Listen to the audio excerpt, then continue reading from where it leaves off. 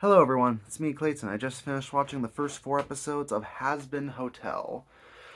Now, the original Hazbin Hotel was an animated project created by Vivienne Medrano, which became extremely popular on YouTube with over 90 million views. It became so popular that Amazon decided to strike a deal with Miss Medrano to create an 8 episode series that would be released on Amazon. While some of the original voice actors who were included in Hazbin Hotel were ultimately replaced with Broadway stars and some more well known union voice performers, which did anger some fans, but after some well done trailers, most people were still interested in watching the series, especially since this is one of the first times a YouTube animated uh, cartoon episode inspired a full length streaming series, meaning that Vivienne Medrano basically went all the way up to the top overnight.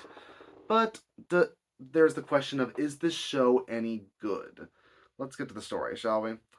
The story follows Charlie Morningstar, the Princess of Hell and the daughter of Lucifer, who's trying to rehabilitate the demons of hell at her Hazbin Hotel.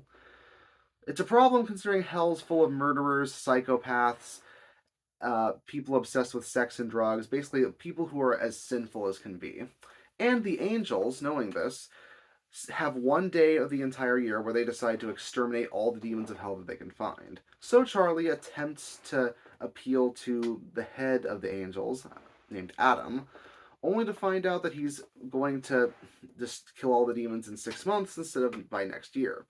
So Charlie has to work alongside her girlfriend Vaggie, a cynical bartender named Husk, a porn star named Angel Dust, a radio demon named Alistar, and a bunch of other quirky characters to try and rehabilitate the demons or to try to get them to fight back against the angels, especially when it's found out that the angels can in fact be killed by the demons when they were previously believed to be completely untouchable. So that's all I'll say about the story for now.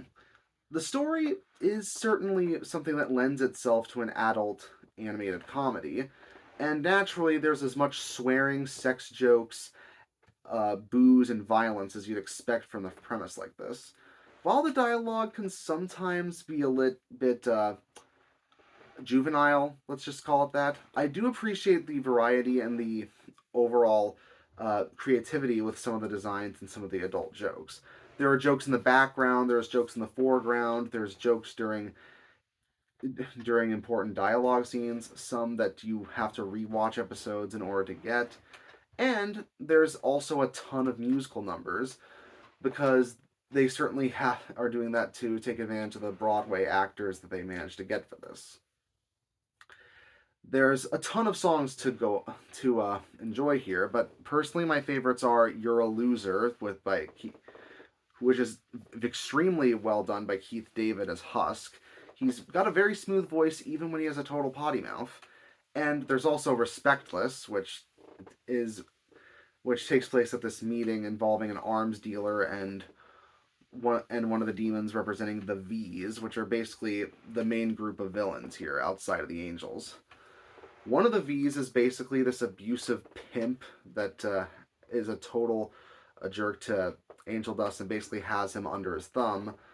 One is Velvetina, who's the one who sings the Respectless song, and the other one's this big TV guy who basically replaced Alistair as the TV demon as opposed to the radio demon. Basically replacing old forms of propaganda with new forms of propaganda, and they naturally despise each other. So yeah, there's a lot of characters to go over in the first 4 episodes, and it can feel a little overwhelming at points, but I appreciate that all the actors are as charismatic as can be in these roles, and that they really manage to make these characters feel alive, even when some only have a few minutes of screen time. And it is kind of weird to think that we're already halfway through the first season when it feels like we just got to know a lot of these characters, especially considering that Angel Dust and Husk seem like the characters I feel the most sorry for, but also the ones that I can cheer on the most at this point. But I'm sure the main protagonists, Charlie and Vaggie, and some of the other characters will get more to do in the second half. So I actually really enjoyed it so far.